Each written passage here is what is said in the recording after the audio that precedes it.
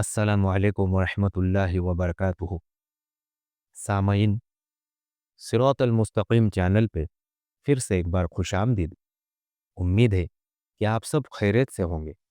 आपसे गुजारिश है कि अगर आप इस चैनल पे नए हैं तो चैनल को सब्सक्राइब करें, ऑडियो को लाइक करें, ज़्यादा से ज़्यादा शेयर करें और बेल आइकॉन पे क्लिक करें ताकि आपको नए ऑडियो की नोटिफिकेशन मिलती रहे। अल्लाह आपको बेहतरीन बदला दे। शमशीर बेनियाम हज़रत खालिद बिन वलीद रज़ी अल्लाह अन्हु की दास्तान शुजाअत इनायतुल्लाह अल्तमश। बिस्मिल्लाहिर्रहमानिर्रहीम। खालिद रज़ी अल्लाह अन्हु की उम्र 48 साल हो चुकी थी। वो जंगी चालों के माहिर थे। उनके जिस्म में अच्छी खासी ताकत थी, लेकिन हरमज ज्यादा ताकतवर था। उसकी ललकार पर खालिद रज़ी अल्लाह अन्हु ने घोड़े को एड़ लगाई और हरमज के सामने जा रुके। हरमज घोड़े से उतरा और खालिद रज़ियल्लाहु अन्हु को घोड़े से उतरने का इशारा किया। दोनों ने तलवारें निकाल ली। दोनों ने एक दूसरे पर बढ़ बढ़कर वार किए। पैतरे बदले, घूम घूम कर एक दूसरे पर आए, मगर तलवारें आपस में ही टकराती रही। फिर खालिद रज़ियल्लाहु अन्हु के हाथों में और पैतरों में फुर्ती आ गई। दोनों फौजें शोर व गुल बरपा कर रही थी। हरमज महसूस करने लगा कि वो खालिद रज़ियल्लाहु अन्हु की तलवार से बच नहीं सकेगा। वो तेजी से पीछे हट गया और उसने तलवार फेंक दी। तलवारें फैसला नहीं करेंगी, हरमज ने कहा। आ खालिद, हथियार के बगैर आ और कुश्ती लड़। खालिद रज़ियल्लाहु अन्हु तलवार फेंक कर कुश्ती के लिए आगे बढ़े और दोनों गुत्तम गुत्ता हो गए। कुश्ती में हरमज का पल्ला भारी नजर आता था, मगर मोर्रिक लिखते हैं कि हरमज की चाल कुछ और थी। उसने अपने मुहाफिजों को पहले से बता रखा था कि वो जब खालिद रज़ियल्लाहु अन्हु को इतनी मजबूती से पकड़ ले कि खालिद रज़ियल्लाहु अन्हु हिलने के काबिल न रहे, तो मुहाफिज दोनों को इस तरह घेरे में ले ले कि उनकी नीयत और इरादे पर शक न हो, यानी वो तमाशाई बने रहे और इनमें से एक मुहाफिज खंजर निकालकर खालिद रज़ियल्लाहु अन्हु का पेट चाक कर दे। जंगजू इस तरह धोखा नहीं दिया करते थे, लेकिन हरमज कमीनगी की वजह से मशहूर था। हरमज के मुहाफिज आगे बढ़ गए और अपनी फौज की तरह नारे लगाते नरगे की तरतीब में हो गए। वो घोड़ों पर सवार नहीं थे। वो घेरा तंग करते गए, हत्ता के दोनों के करीब चले गए। खालिद रज़ियल्लाहु अन्हु की तवज्जो बढ़ गई।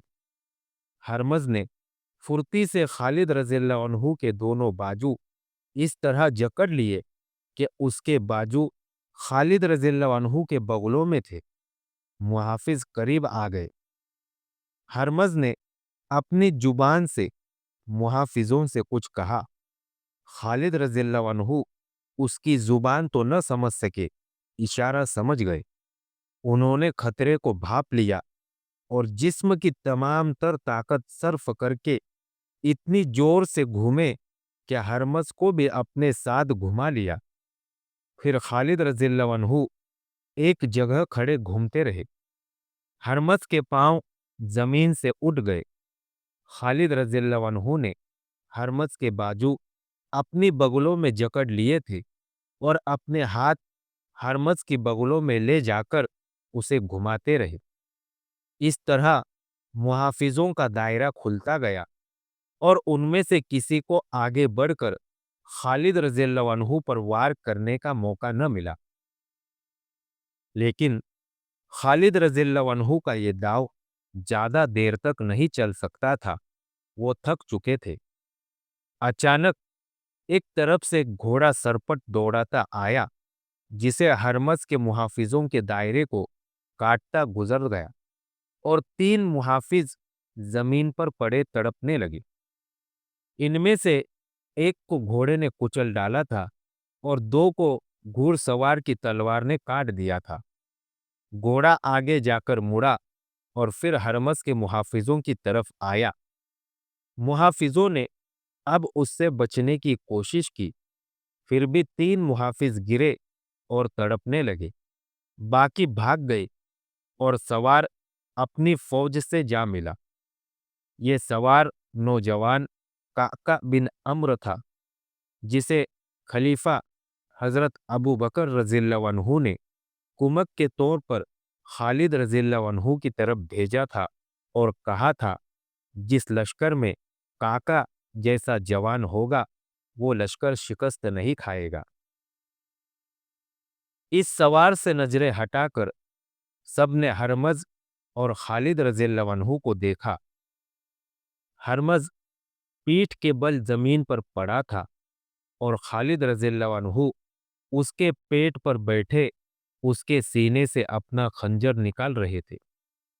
खंजर से हरमज का खून टपक रहा था। काका रज़ियल्लाहु अन्हु ने हरमज के मुहाफिजों की नीयत भांप ली थी और किसी के हुक्म के बगैर घोड़े को एड़ लगाकर मुहाफिजों पर जा हल्ला बोला और खालिद रज़ियल्लाहु अन्हु को बचा लिया था। खालिद रज़ियल्लाहु अन्हु हरमज की लाश से उठे। हरमज की 10 लाख दिरहम की टोपी खालिद रज़ियल्लाहु अन्हु के हाथ में थी। टोपी और उसके खून में लिथड़ा हुआ खंजर बुलंद करके खालिद रज़ियल्लाहु अन्हु ने अपनी फौज को खुले हमले का हुक्म दे दिया। उनके पहले से दिए हुए अहकाम के मुताबिक मुसलमान लश्कर के दोनों पहलू खुल गए और इसने दाएं और बाएं से ईरानियों पर हमला किया। ईरानी अपने हरमद जैसे सालार की मौत से बददिल हो गए थे, लेकिन अपनी रिवायती शुजात से वो दस्तबरदार न हुए। उनकी तादाद मुसलमानों की निस्बत खासी ज्यादा थी। हथियारों और घोड़ों के लिहाज से भी इन्हें बरतरी हासिल थी। वो मुसलमानों के मुकाबले में जम गए।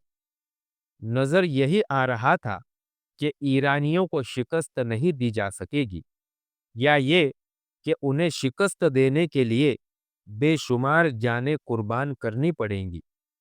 ईरानी सिपाही 5-5, 7-7, 10-10 एक-एक जंजीर से बंधे हुए थे और हर तरफ से आने वाले हमले रोक रहे थे।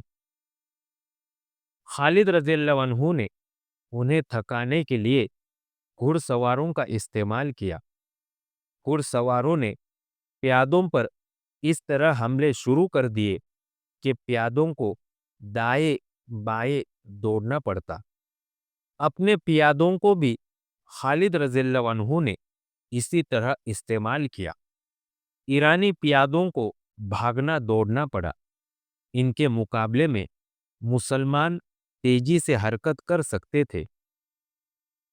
आखिर ईरानियों में सुस्ती और थकन के आसार नजर आने लगे। उन्होंने अपनी रिवायत के मुताबिक जो जंजीरें बांध रखी थी, वो उनके पांव की बेड़ियां बन गई। हथियारों की बरतरी वबाले जान बन गई। ईरानियों की तंजीम और तरतीब बिखरने लगी।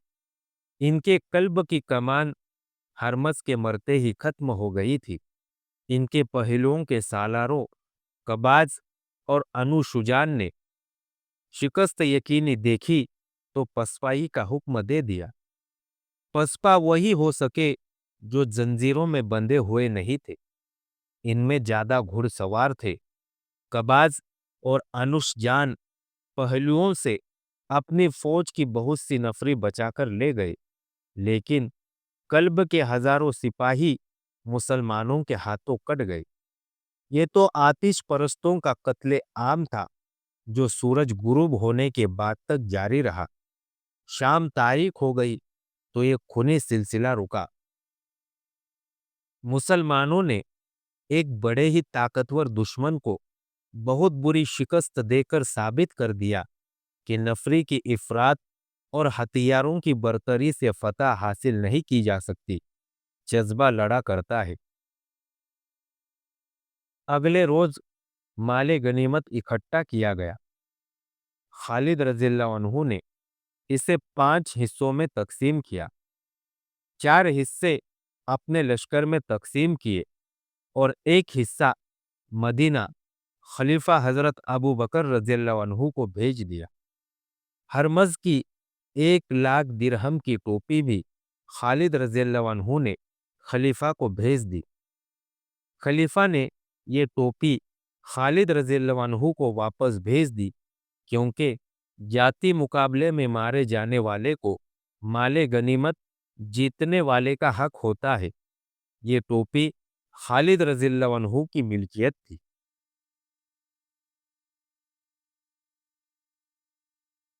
ये देखो, बाहर आओ, देखो, ये क्या है? मदीना की गलियों में कई आवाजें बुलंद हुई। लोग दौड़ते घरों से बाहर आने लगे। जानवर है। नहीं, खुदा की कसम, हमने ऐसा जानवर कभी नहीं देखा। ये जानवर नहीं, खुदा की अजीब मखलूक है। औरतें और बच्चे भी बाहर निकल आए।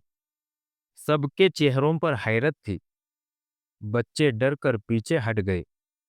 जिन्होंने खुदा की इस अजीब मखलूक को पकड़ रखा था, वो हंस रहे थे, और वो आदमी भी हंस रहा था जो अजीब मखलूक की गर्दन पर बैठा था। ये क्या है?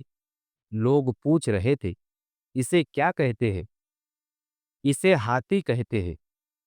हाथी के साथ साथ चलने वाले एक आदमी ने बुलंद आवाज से कहा, यह जंगी जानवर है, या हमने फारस वालों से छीना है। जंगे सलासल में जब ईरानी जरतुश्त भागे थे, तो ये हाथी मुसलमानों के हाथ आया था। तकरीबन तमाम मोरिकीन ने ये वाकिया लिखा है कि खालिद रज़ियल्लाहु अन्हु ने माले गनीमत का जो 5वां हिस्सा खलीफतुल मुस्लिमीन हजरत अबू बकर रज़ियल्लाहु अन्हु को भेजा था, इसमें एक हाथी भी था। मदीना वालों ने हाथी कभी नहीं देखा था। इस हाथी को मदीना शहर में घुमाया फिराया गया तो लोग हैरान हो गए और बाज डर भी गए। वह इसे जानवर नहीं, खुदा की अजीब मखलूक कहते थे। हाथी के साथ इसका ईरानी महावत भी था। इस हाथी को चंद दिन मदीना में रखा गया। खाने के सिवा इसका और कोई काम न था। मदीना वाले इससे काम लेना जानते भी नहीं थे। इसके अलावा सिर्फ एक हाथी से वो करते भी क्या? अमीरुल मोमिनीन ने इसके महावत को हाथी समेत आजाद कर दिया। किसी भी तारीख में ये नहीं लिखा कि ये हाथी मदीना से कहाँ चला गया था। दजला और फरात आज भी बह रहे हैं। 1352 साल पहले भी बह रहे थे। मगर उस रवानी में और आज की रवानी में बहुत फर्क है। 13.5 सदियों पहले दजला और फुरात की लहरों में इस्लाम के अव्वलीन मुजाहिदीन के जोशीले और पुरअज़्म नारों का वलवला था। इन दरियाओं के पानियों में शहीदों का खून शामिल था। शमाये रिसालत के शैदाई इस्लाम को दजला और फुरात के किनारे किनारे दूर आगे ले जा रहे थे। जरतुश्त की आग के शोले लपक लपक कर मुसलमानों का रास्ता रोकते थे। मुसलमान बढ़ते ही चले जा रहे थे। उनका बढ़ना सहल नहीं था। वो फारसियों की शहंशाही में दाखिल हो चुके थे। उनकी नफरी और जिस्मों की ताजगी कम होती जा रही थी और दुश्मन की जंगी कुव्वत हैबतनाक थी। कभी यूं लगता था जैसे आतिश परस्त फारसियों की जंगी ताकत मुसलमानों के कलील लश्कर को अपने पेट में खींच रही हो। अप्रैल 633 ईस्वी का तीसरा और सफर 12 हिजरी का पहला हफ्ता था। खालिद रज़ियल्लाहु अन्हु काज़मा के मुकाम पर आतिश परस्त ईरानियों को शिकस्त देकर आगे एक मुकाम पर पहुंच गए थे। उन्होंने 2 ही हफ्ते पहले ईरानियों को शिकस्त दी थी।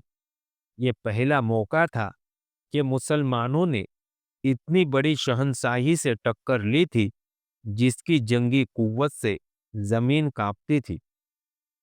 अमीरुल मुमिनीन अबू बकर रज़ियल्लाहु अन्हु ने कहा था कि अभी हम इतनी बड़ी ताकत से टक्कर लेने के काबिल नहीं, लेकिन उन्होंने ये भी महसूस कर लिया था कि टक्कर लेना ना गुरेज हो गया है, वरना जरतुश्त मदीना पर चढ़ दौड़ेंगे। उनके अज़ाइम ऐसे ही थे।